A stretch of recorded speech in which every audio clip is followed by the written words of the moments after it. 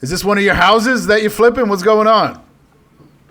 For some reason, I put you in for tomorrow. I don't know why. And I was out shooting a vlog episode. Like I do these handsome weekly things. Yeah. And then I'm like, all right, we're doing this. We're doing it. All good, man. Thanks for coming through on Mind Your Biz, and we want to mind your biz. You got some cool stuff going on. I saw some of your commercials, man. That's great. Thanks, buddy. I appreciate it. Yeah, it's a lot of fun, man. It's a lot of fun. The industry's a lot of fun. I mean, you work 80, 100 hours a week, you want to have a good time with it, right? Absolutely. How long you been doing the house flipping and investing? I've been a full-time real estate investor for the last 6 years. I'm in Long Island, New York, which is a very difficult market for a lot of different reasons. It's hyper competitive. The properties are very expensive. It's completely built out, so there's no new land. It's very difficult to build new construction. Very political, a lot of NIMBYism, which is not in my backyard. People don't like change here. So I do anywhere from 70 to 110 fix and flips a year. Plus, I also do commercial development. I have a master's from NYU in real estate development that I got finished up a year ago. And now I have big commercial projects going on in addition, such as I just gotten a 138 bed assisted living facility approved. I'm doing another 119 bed right now. I'm doing a Pudgy's Popeye's drive-through chicken, affordable housing. Like I cast a very, very wide net in the real estate world. Wow. You're doing a lot, brother. So what, like when you said you landed these big jobs, is this to acquire them or what, like the nursing facilities, and what kind of projects are those? Yeah. So when you do big, the best thing about real estate, is it's versatility. So I can do a bunch of different things with them. Just for example, with these bigger projects, let's say in assisted living, I've just got one approved in a town called Farmingdale, which is Nassau County, Long Island. Once I go and I get the land, tied up, subject to getting the approvals to build whatever I want there. So I have the land under contract, nobody can do anything, and I get myself a good period of time in order to do that. I then go through the process of doing an analysis of, what's the highest and best use and what's the best yield and ultimately what's the best fit for the area. I get the approvals to build what I want there. And then at that point, I have any number of exit strategies. I can build it myself and operate it. I can build it myself and pay an operator to run it like a hotel.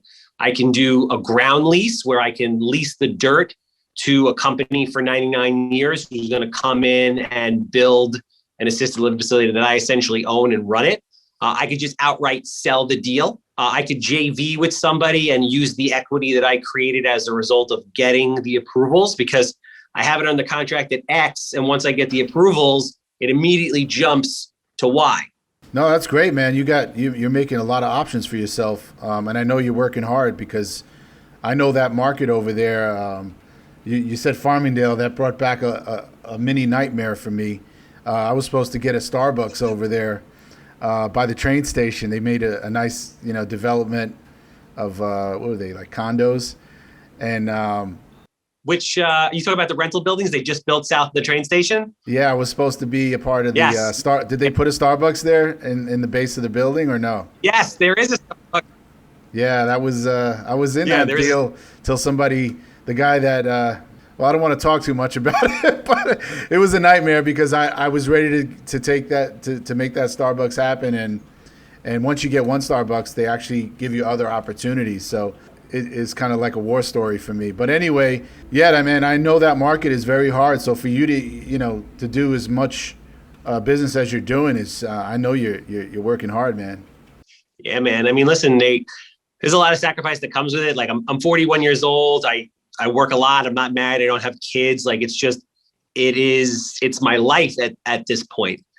But I'm happy. I enjoy it. I wake up every day and I'm like, this is great. Like I'm fired up. Every day is a new adventure.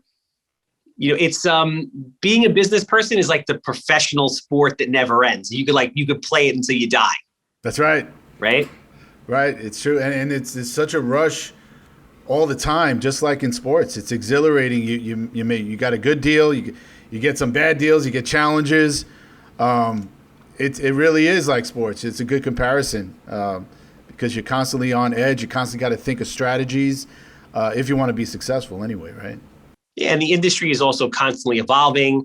And how old are you? I'm old enough to to say that I'm not telling you my age because I'm married already. I'm kidding. So, I mean, I'll use myself. So I'm 41. Yeah. And a lot of people in my age range from 35 up, they're kind of like, they're slowing down. Yeah. They're like, I've done good. I just want to coast. I'm happy. I want to go on vacation. And that's great. But I like hanging out with like the 22 to 28-year-old, young bucks and buckettes that are like on the cutting edge of technology and social media. It keeps you young. It keeps you fresh.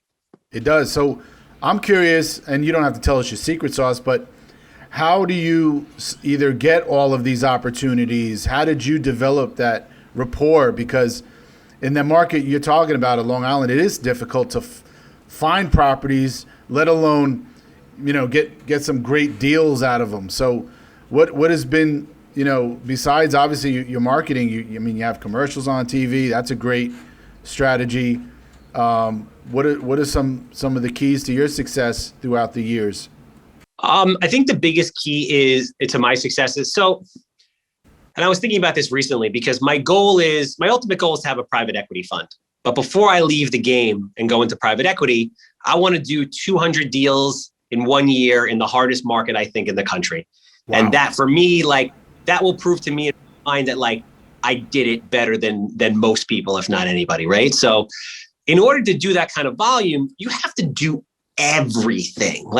You need a cold calling sales force. You need a top-notch CRM. You need to be doing mailers and text blasts and social media and constant networking and you name it, you have to be doing it. And I didn't invent any of this stuff. People have been doing this forever and going to auctions and stuff like that.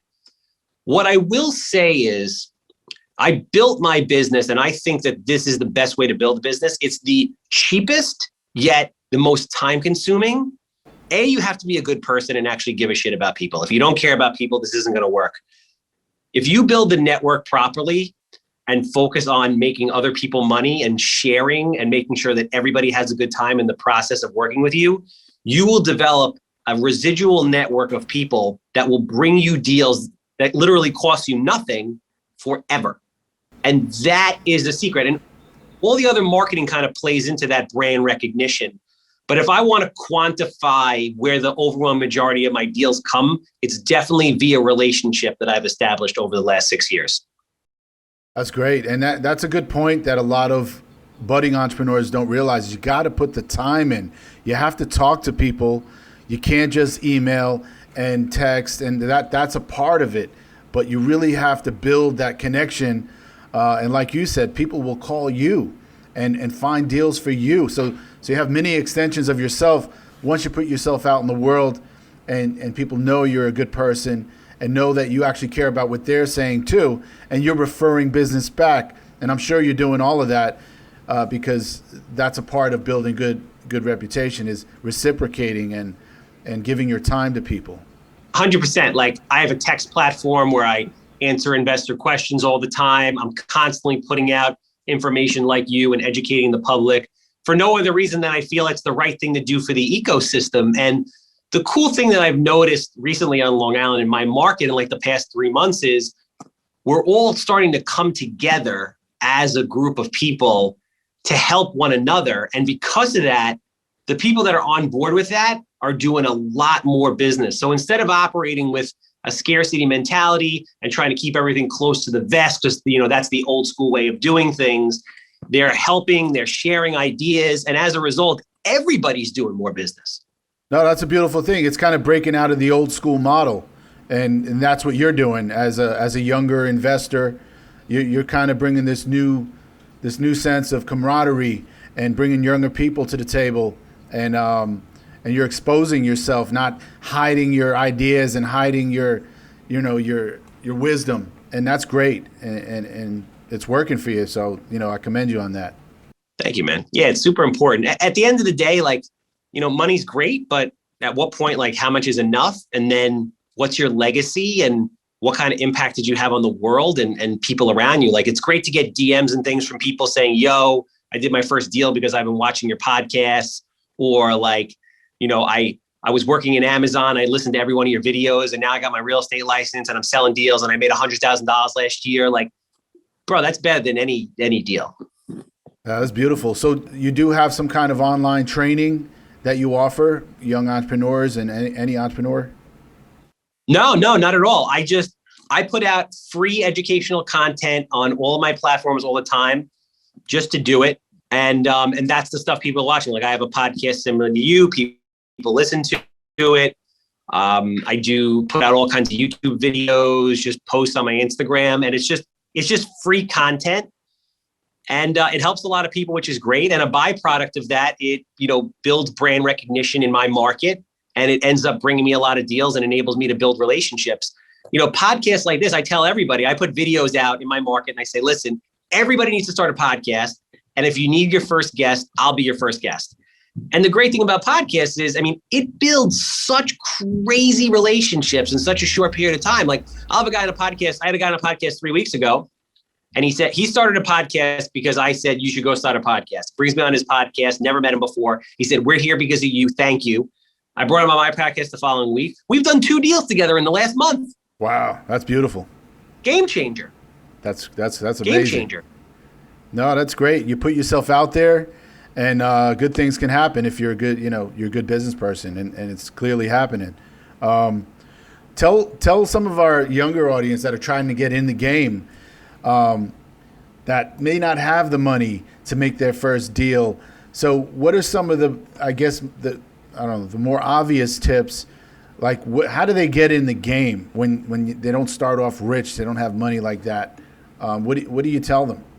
All right. So a couple things. A, money is the easiest part of this business. Do not focus on money. Money is super easy to come by. You need money? Yes. Doesn't have to be your money. And if you set it up the right way, like my mentor told me, you're going to have more people trying to throw money at you than you have deals to do. And that is exactly the case today. The main focus is, I want everybody to understand, this is a process. You have to love the process and love the journey of becoming a real estate investor, a business person, a plumber, whatever it is. You have to love the process because it takes time. I trained with my mentor for 3 years before I was ready to do my first deal. Then it took me a year to find my first deal once I was ready. And in the last 6 years, I've done over 400 houses. So it takes time. You got to be patient, and life goes by fast, but you got to relax because there's more time than you think. Wow. You're doing a lot of quantity, man. That's a lot of work. Bro, it's pandemonium. I have an amazing team, 25 employees. I basically built companies to support my company. So I built in Long Island, we need permits and architectural plans. It's a very difficult process to navigate. So I built a 5-man in-house permit company that supports my deals. I have a 15-person construction company and then subcontractors that surround those. I have 2 full-time foremen that run jobs. I have in-house people bringing in deals. I have in-house property management to manage the rental portfolio. And we're still understaffed and we need more people. Wow. It's amazing. So the point of getting in the game is you gotta want to learn about it. You gotta be patient. You gotta be hungry. You're saying you gotta put your time in. You can't just come out there thinking you're gonna be a successful investor or a flipper. It sounds to me like you really gotta learn from some great mentors also. That was probably an important factor for you. That was huge. And so the way I got started real quick in real estate is I read Rich Dad Poor Dad when I was 27. And I was like, that's it. I'm going to become a professional investor. So I did some digging around and I looked into the stock market and I was like, it's not for me. People make a lot of money in it, but I'm not wired for that. So I went to NYU to take a 1-day course on REOs. This is after the market had crashed. Like every new investor, they think, the banks are just giving houses away. They're just giving them to you, right? Obviously, we know that's not the case.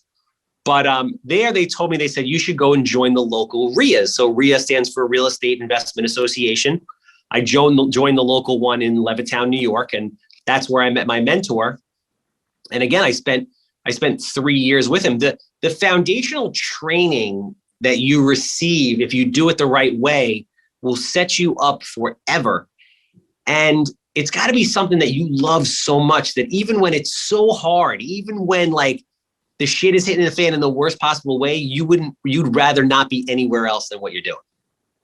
Right. And that's hard. I think a lot of the young entrepreneurs don't understand that you may not make money for a long time. And you got to put your time in. Yep. You got to pay your dues. And that's what separates successful people from those that don't succeed, is because successful people, you're not thinking about the money. You want to learn. You want to be the best at your craft. Obviously, you do want to be successful and make money, but you know that it takes, educating yourself. It takes experience, and that takes time. And time is money, so you got to invest your time. And I think that's where people are kind of missing the boat. No, without a doubt. I mean, we always lived in an instant gratification society. I don't know if I'm getting old or if the youth are even more so. I want it yesterday because of, you go on YouTube every 2 minutes, there's some guru selling you a $39 book on how to get rich on Amazon or Dogecoin or, pulling some kind of scam. But, it's really slow and steady, man. It is. The few people, the 0.0001% that make it fast are the overwhelming minority. It doesn't happen that way. You're right. And everyone, and then it goes out on social media that they're an overnight success, and everyone thinks they can be that because it's easier, right? Let's do that. Let's hit the lotto. But that's not how real business and a sustaining business works. No, it's Ferraris, it's hot girls with big asses on Instagram. It's nonsense. It's total freaking nonsense. I'm wearing $30 worth of Gap clothes and I drive around in a Honda HR-V that I pay $260 a month for. Like, I don't care. But, I'm doing deals like crazy and I have 100+ rentals. It's like, it's all a matter of what's important to you. That's right. So I'm also curious. Wow. So in 6 years, you did 400. So do you typically, how do you know when you're going to flip a property as, comparing to holding on to it and making it a rental? Because that's a big Sure. issue with new investors. They don't know, they don't make the right decision. A lot of them, they're flipping, they make 10,000 on a flip or 20, and maybe they could have made a lot more by holding on, or vice versa. They held on and it wasn't very fruitful for them. So how do you decipher flipping or keeping? Well, I always know when I'm going into a deal what I'm going to be doing with it. And a lot of that has to do with the education. So I have rentals on Long Island, so I understand the markets and I know where rentals work and rentals don't work.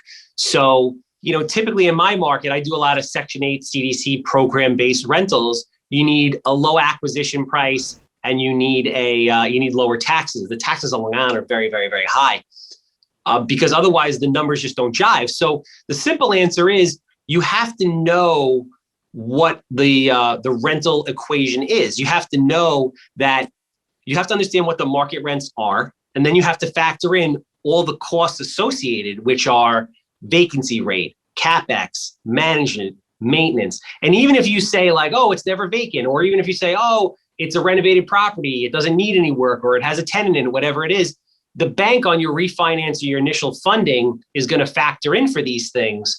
So you need to also, so you have to understand everything. And then what your true NOI or net income is divided by how much money you actually have in the deal gives you whatever your cash on cash return is going to be. And then you should compare that return to what other things are available in the market. So I'll give you an example, and then how much work you have to put into it. So if you're going to buy a house, gut renovate it, put somebody in it, and you're going to make a 4% return, you might not want to incur all that risk when you can just lend money on the street and not do anything and get 10, 12, 14, 15%. With that said, everybody's idea of a good investment is different. There's tax benefits with certain rentals and things, but long story short, you have to go through the process of understanding the market, understand what kind of person you are. Do you want to deal with tenants? Do you want to manage management companies? Do you just want to lend money? Like, what do you want to do? And then based on that, be honest with yourself and compare the returns to other things in your market or outside your market, but make sure it hits whatever your criteria is. You're going to develop a criteria over time for what you feel is a good return versus the risk you're putting in and the effort. Right. That makes sense. So the key is know before you go in. Always. Always, right. And that makes you a more educated buyer, seller, whatever. And I think a lot of people watch these TV shows and they think it's just easy. You just go online, you find your property, you hire your contractor, and you flip it and you make 30 grand. And they don't realize there's so much more that goes into that. Yeah, nah, man. It's years, of education to really do it right. And if it's very important to have both the formal education component and then the real world component, because that's going to make you really successful. And you can't just have all of one or all of the other. Like at NYU, I was blessed to go to school with a lot of very intelligent and also very wealthy, like multi-generational real estate investors, like kids. And, they're very smart and a lot of them have a lot of money or have a lot of money, but they don't have the real world in the street, rough, rugged, and raw experience. And at the same time, you'll have people that have balls and they go out and they'll just buy deals, but they don't have the educational background to be able to support and prepare, and they get hurt. When you get the two, when you put them together, it's like the most deadly combination you can have. Right. And I'm curious also, how have you adapted to business pre-COVID to now post-COVID? What's really changed, if anything, in your head or in your business? What's changed in the market? How did you have to adapt to this new normal of business? So there's a couple of different things. The market always cycles. Before COVID, I actually mellowed out with my buying because I didn't like the way the market looked because it was overinflated. I felt that we were due for some kind of a correction. I didn't know it was going to be a virus that swept the globe. So I scaled back. I also don't use institutional private money lenders. And when COVID hit, those guys lost their lines of credit. I raised private money from just average, normal people. So when everybody's running away, I run into the fire. So when COVID hit, I was like, bam, it's go time. The market's going to reset to a certain extent. All the novice investors got knocked out. The institutional hard money lenders were out of the game because they lost so there was only me. Handsome's the only guy left standing with a bunch of private lenders that are ready to get capital in the game. And I bought 17 houses when COVID hit the first month. Wow. So I also got very lucky in the sense that COVID boosted business in the suburbs. So Long Island is a suburb of Manhattan. Everybody and their mother left Manhattan to come to Long Island. There's no inventory to begin with. I have relationships, experience, and a butt ton of private capital to put out into the world. Blew up. Wow. That's amazing. And that's good to hear, because whenever there's some kind of a crisis, whether it's in our society in some way, there's always opportunities. And you clearly, you were prepared for it because you made the right move by leaning back before COVID when everything was definitely overpriced, and then you were ready. So a key observation to that is be patient, because there might be that time when you need to sit back and then go hard, and that's exactly what you did. And that's a good lesson to people, is that to be an investor doesn't mean you always have to be buying something. You can lay low, educate, learn, and just be prepared and ready. And I think a lot of people fail because they're trigger happy to get something because they inherited some money or they saved some money and they're watching all these HGTV shows. So that's a good lesson to learn from you. You were ready. You laid back, and then you were swinging for the fences and hitting home runs. No, very smart, man. That's the perfect point. And I mean, another thing that's very important in my opinion is versatility within what you do in real estate. And what I mean by that is I spent a lot of time training on every aspect of real estate in regards to asset classes and things like that. So I first started flipping houses in real solid 10 out of 10 school district areas. Then I started working into flipping houses in areas that weren't so good, but people still want to live there and the markets are still hot. Then I started putting dormers on houses, building new construction. Then I started learning about tax liens and tax deeds and buying non-performing notes, and then doing heavy duty commercial. So basically, regardless of what's going on in the world, I can buy. And people always come to me because they know that regardless of what they get, I understand it. I'm not just the guy that flips houses in Levittown or builds new construction in Merrick. I'm the guy who does everything. Wow. No, that's great. I mean, you got your hands in everything. So essentially you're diversifying your portfolio, and that's smart. If you can afford to do that and build yourself to do that, I mean, that's the dream. You're not a one-track pony. Yeah. So it just takes time and dedication. You got to love it. Don't get married early. And I mean, if you do, you do, but it's harder, man. Like, my life is kind of my life by design. Like, by 45, I'm like, all right, I can get married and have a kid at 45. I've already had a certain level of success. I can pay great people enough money to support me that we can still keep the machine moving, and I don't have to kill myself 150 hours a week. No, it makes sense. I mean, what you're saying is, so people don't get offended, is he's not saying don't get married. He's saying focus, get your life straight before you start trying to share your life with somebody else. And that's actually out of respect for the other people too.